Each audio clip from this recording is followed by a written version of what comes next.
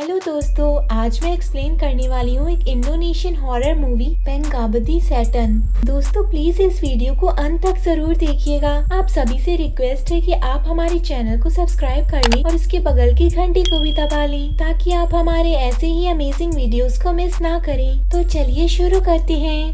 दोस्तों मूवी की स्टार्टिंग में हम एक लेडी को देखते हैं जो कि बेड पर लेटी हुई है। वो कुछ प्रेयर कर रही होती है। ऐसा लग रहा था कि वो किसी बुरी शक्ति को वहाँ से भगाने की कोशिश कर रही थी। उसकी आंखों से आंसू बहने लगते हैं। इसके बाद हम एक लड़की रिमी को देखते हैं जो कि एक म्यूजिक कंपनी में आई होती है। हमें पता चलता है कि उसकी मॉम एक सिंगर है और वो उनकी एल्बम की सेल्स के पैसे लेने आई है। पर एक एजेंट उसे बताता है कि उसकी मॉम के सॉन्ग्स अब नहीं बिक रहे हैं और इसलिए उनसे कोई इनकम नहीं हो रही है। रिनी उसे बताती है कि उसकी मॉम की तबीयत बहुत खराब है और इस वजह से उनकी घर की फाइनेंशियल हालत बहुत बिगड़ चुकी है। उस आदमी को रिनी की हालत पर तरस आ जाता है और वो उसकी मदद के लिए कुछ पैसे दे देता है। रिनी पैसे लेकर घर लौटती है। हम देखते हैं कि उसका घर शहर से काफी दूर एक जंगल के पास में है। उसके घर पे हम उसकी दादी और उसके दो भाई बॉन्डी और इयान से मिलते हैं। इयान बोल नहीं सकता है। रिनी अपने डैड के पास जाती है।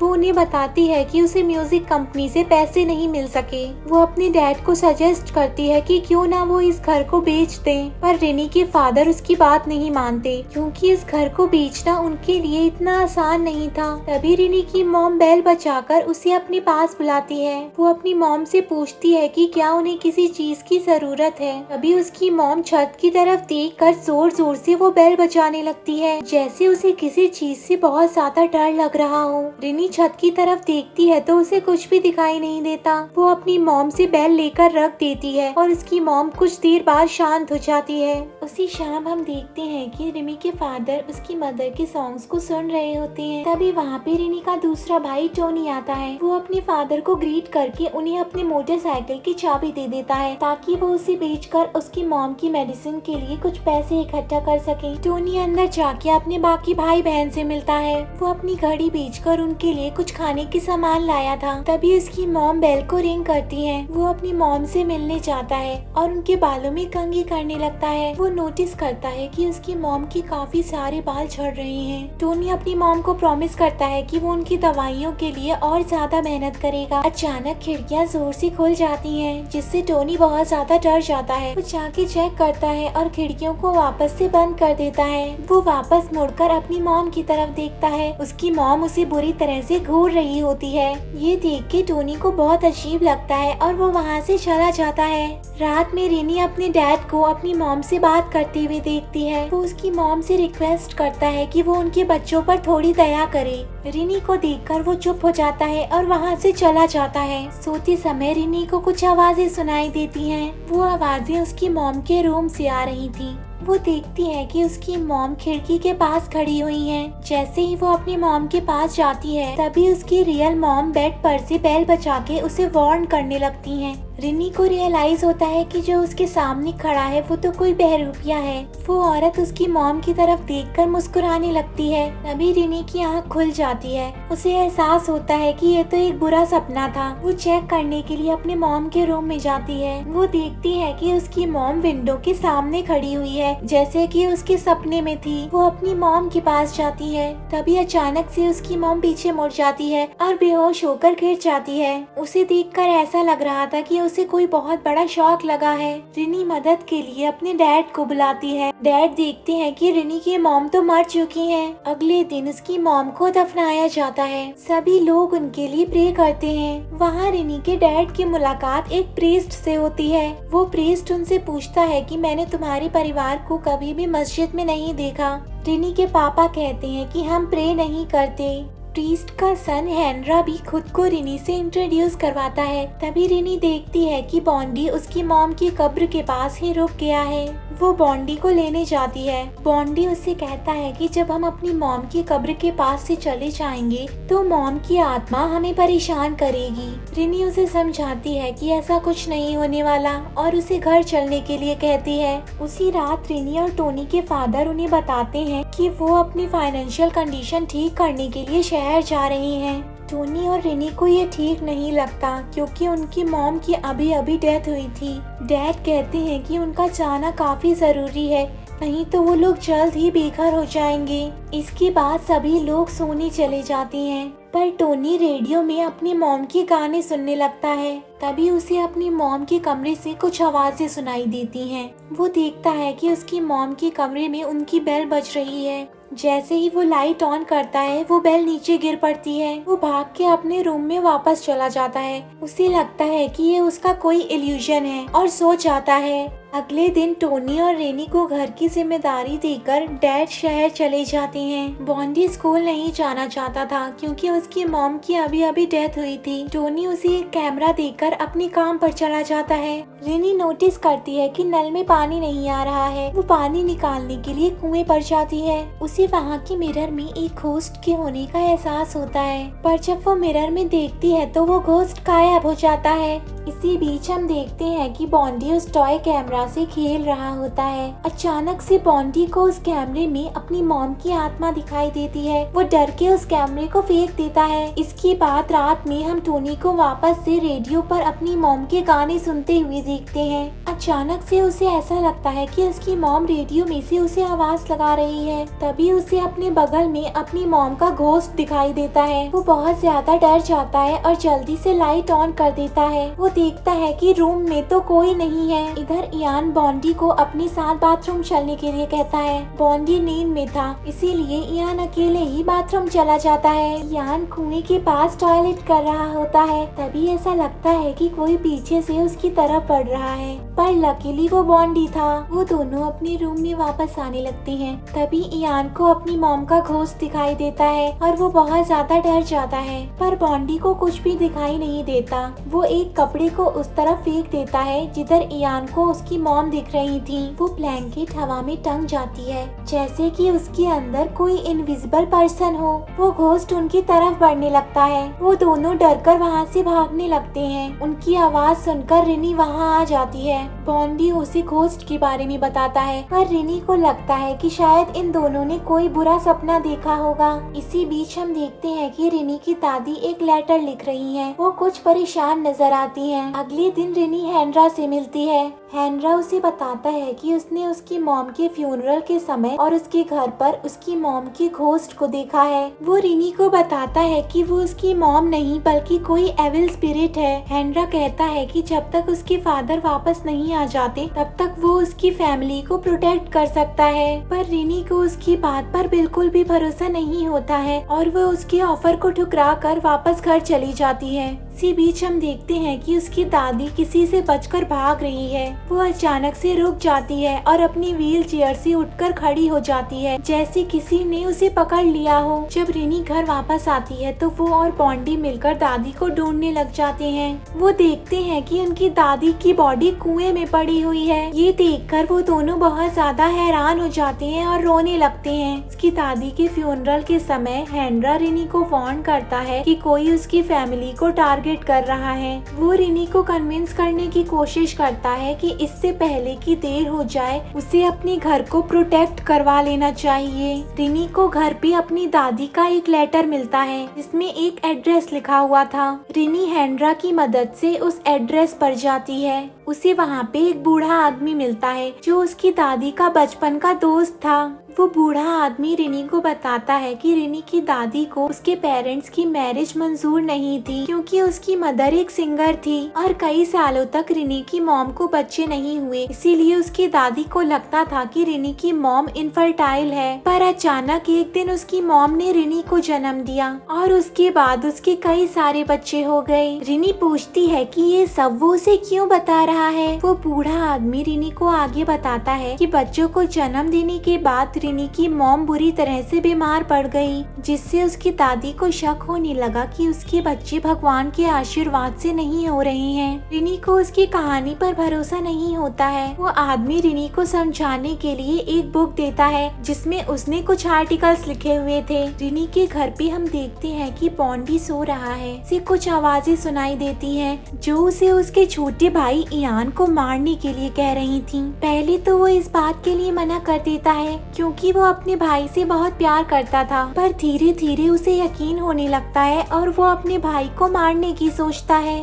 रात के समय इयान उस जगह पर जाता है जहाँ वो अपनी दादी के साथ खेला करता था। वहाँ उसे एक परछाई दिखाई देती है जिसे देखकर वो भागने लगता है, पर तभी उसका कपड़ा फंस जाता है, पर वो परछाई उस पर अटैक नहीं करती। अगली सुबह रिनी अपने परिवार के लिए नाश्ता बनाती है। वो अपनी मॉम के सॉन्ग को प्ले करती है, पर वो सॉन्ग किसी एंशिएंट लैंग्वेज में प्ले होने लगता है। रिनी इस बात को इग्नोर करके बॉन्डी और इयान को जगाने चली जाती है, पर इयान अपने रूम से गायब था। वो टोनी के साथ उसे पूरे घर में ढूंढने लगती है। वो इयान को घर के बाहर एक बॉक्स में लेटा हुआ पाती है। वो उसे गले लगा लेती है। इसके बाद हम देखते हैं कि टोनी रिनी से उस बुक के बारे में पूछता है जो उसे उस बूढ़े आदमी ने दी थी, पर रिनी को उस आदमी पर भरोसा नहीं था, इसीलिए उसने वो बुक नहीं पढ़ी थी। टोनी बताता है कि उस बुक में एक आर्टिकल है जिसमें लिखा है कि उसकी मॉम उसके डैड से प्रेग्नेंट नहीं हुई थी, बल्कि एक सैटेनिक कल्ट जो कि इनफर्टाइल वुमेन्स को बच्चा देने का वादा करता है, उसी कल्ट के डिफरेंट मेंबर्स ने उनकी मॉम को प्रेग्नेंट किया था। टोनी को लगता है कि ये बात सच है क्योंकि उसके सारे भाई बहन एक दूसरे से बिल्कुल अलग दिखते हैं। वो बताता है कि जब वो छोटा था तो वो अपनी मॉम के साथ उनके कॉन्सर्ट में जाया करता था और उसने वहाँ पे कई अजनबियों को उसकी मॉम पर निगरानी रखते हुए देखा है। जब वो अपनी मॉम से इस बारे में पूछता था तो उसकी मॉम इस बात को टाल दिया करती थी। वो रिमी को आगे बताता है कि ये कल्ट इनफर्टाइल वुमेन्स को सैटर्न की वर्शिप के द्वारा बच्चा पैदा करने में मदद करता है, पर उनकी एक कंडीशन रहती है कि वो औरत अपना आखिरी बच्चा सैटर्न को दे देगी ताकि वो बच्चा सैटर्न का गुलाम बन सके और उस कल्ट को आगे बढ़ा सके। वो कहता है कि उन्हें आखिरी बच्चे को सैटर्न के हवाले कर देना चाहिए, नहीं तो उनका परिवार मारा जाएगा और कुछ अनडेड पीपल आके उस बच्चे को ले जाएंगे। पहले तो टोनी को इस बात पर थोड़ा शक होता है और बाद में उसे यकीन हो जाता है क्योंकि उसके परिवार के साथ ये सब हो रहा था। पर रिनी को इन सब बातों पर भरोसा नहीं होता है। कुछ देर बाद वो देखती है कि उसकी दादी की व्हील चेयर अपने आप उसके रूम में आ गई है और उसे शीशे में एक घोस्ट दिखाई देता है। रिनी मदद के लिए प्रीस्ट को बुलाती है। प्रीस्ट उन्हें एडवाइस करता है कि उन्हें सच्चे दिल से गॉड से प्रे करना चाहिए क्योंकि जिस घर में भगवान को प्रे नहीं किया जाता, शैतान के लिए उस घर में आना बहुत ही आसान होता है। शाम में रिनी गॉड से प्रे करती है, पर तभी उसकी मॉम का घोस्ट उसे हॉन्ट करने लगता है। वो बहुत ज्यादा डर जाती है और अपने भाइयों को लेकर प्रीस्ट के घर चली जाती है। अगले दिन हेनरा को उस बूढ़े आदमी का कॉल आता है। वो हेनरा और रिमी को मिलने के लिए बुलाता है, पर हेनरा रिमी को उसके भाइयों के साथ छोड़कर अकेले ही उस बूढ़े आदमी से मिलने चला जाता है। वो बूढ़ा आदमी हेनरा को रिमी के लिए एक लेटर देता है। हेनरा उस लेटर को जल्दी से रिमी तक पहुंचाने के लिए अपनी बाइक से तेजी से घर लौट रहा होता है, पर तभी उसके सामने एक आदमी आ जाता है और उसका बैलेंस बिगड़ जाता है। तभी एक ट्रक आकर उसे कुचलते हुए निकल जाती है और उसकी मौत हो जाती है।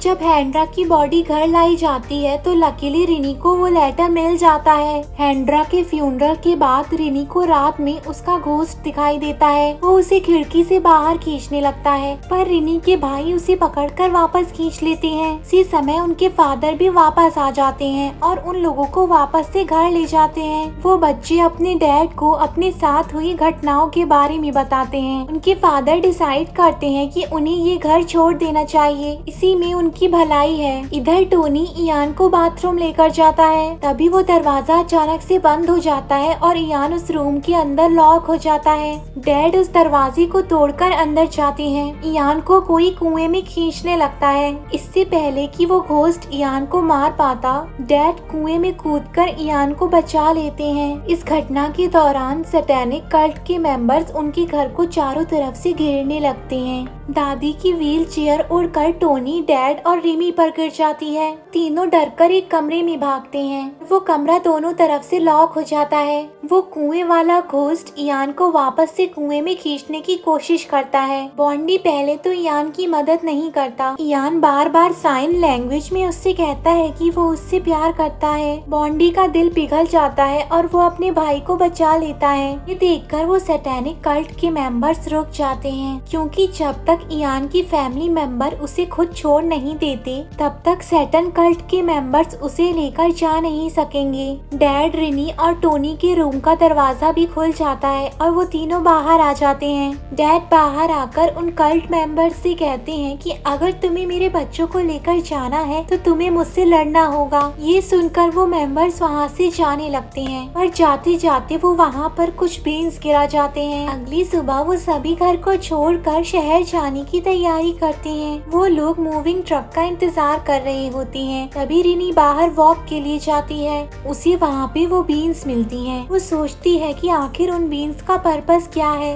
वो प्रीस्ट भी उन्हें अलविदा कहने के लिए उनके घर आता है। काफी समय बीत जाने के बाद भी वो ट्रक उनका सामान लेने के लिए उनके घर नहीं आ पाता। वो सभी लोग सोने की तैयारी करने लगते हैं। हमें पता चलता है कि उस दिन इयान का बर्थडे है और वो 7 साल का होने वाला है। तभी अचानक से लाइट चली जाती है। वो प्रीस्ट उन सभी की प्रोटेक्शन के लिए उस रात उनके घर में ही रुक जाता है। रिनी उस लेटर को निकालती है और उसमें लिखे एक आर्टिकल को पढ़ने लगती है जो उस बूढ़े आदमी ने हेनरा से भिजवाया था। वो टोनी को बताती है कि आखिरी चाइल्ड सेक्रीफाइस नहीं बल्कि खुद सैटन का बच्चा है, यानी इयान सैटन का बच्चा हो सकता है। यहाँ हमें पता चलता है कि रिनी की मॉम अपने बच्चों को उन कल्ट मेंबर्स को नहीं देना चाहती थी, इसलिए वो अपने बच्चों के 7 साल के होने से पहले उन मेंबर्स को ट्रैक करके बार बार प्रेग्नेंट होती रही। पर सैटन को उसकी इस ट्रिक के बारे में पता चल गया और उसने उसे श्राप दे दिया। इसकी वजह से वो बीमार हो गई। रिनी को लगता है कि वो कुएं वाला घोस्ट उसकी दादी है। वो इयान को मार के उनके परिवार को बचाना चाहती है। उसे रियलाइज होता है कि उन कल्ट मेंबर्स ने वो बीन इसलिए गिराई ताकि वो सभी घोस्ट यानी कि अनडेड पीपल सैटन के चाइल्ड तक पहुंच सके। इसी बीच हम देखते हैं कि इयान अपने कमरे में अजीब तरीके से बिहेव करने लगता है। वो एंशिएंट लैंग्वेज में कुछ मंत्र पढ़ने लगता है। बॉन्डी उससे पूछता है कि वो क्या कर रहा है, पर इयान उसका जवाब नहीं देता और हंसकर वहाँ से भाग जाता है। इधर टोनी और रिनी भी उन घोस्ट को अपने घर में घूमते हुए देखते हैं। तभी डैड को अपने बिस्तर पे रिनी की मॉम का घोस्ट दिखता है। वो उठकर वहाँ से भाग जाते हैं। इधर हेनरा का घोस्ट प्रीस्ट को मार डालता है और इयान अपनी मॉम के घोस्ट के साथ उन मेंबर्स के पास चला जाता है। अपने डैड को अपने पास बुलाता है। टोनी अपने डैड को रोक लेता है और उसे इयान को छोड़ देने के लिए कहता है। वो परिवार इयान को छोड़ देता है और वो अनडेड पीपल्स इयान को सैटन चाइल्ड के तौर पर वहाँ से ले जाते हैं। वो घोस्ट फैमिली पर चारों तरफ से अटैक करने लगते हैं। वहाँ पे वो बूढ़ा आदमी पहुँच जाता है और परिवार को बचाकर वहाँ से ले जाता है। 1 साल बाद हम देखते हैं कि फैमिली एक नए अपार्टमेंट में सेटल हो चुकी है। तभी उनकी पड़ोस में रहने वाली एक लेडी उनके लिए खाना लेकर आती है। जब वो लेडी अपने अपार्टमेंट में वापस जाती है, हमें पता चलता है कि वो भी एक कल्ट की मेंबर है, क्योंकि उसके घर में हम वही बीन्स को देखते हैं जो उन कल्ट मेंबर्स ने फैमिली के घर के चारों तरफ फैलाई थी। उस लेडी का हस्बैंड उससे कहता है कि हमें इस परिवार को इस अपार्टमेंट में ट्रैप करके रखना होगा, क्योंकि अब एक नई हार्वेस्ट का समय है। और इसी के साथ ये मूवी खत्म हो जाती है। दोस्तों, आपको हमारी वीडियो कैसी लगी हमें कमेंट सेक्शन में जरूर बताएं और हमारे चैनल पे मौजूद बाकी वीडियोस को भी वॉच करें। Thank you, bye bye.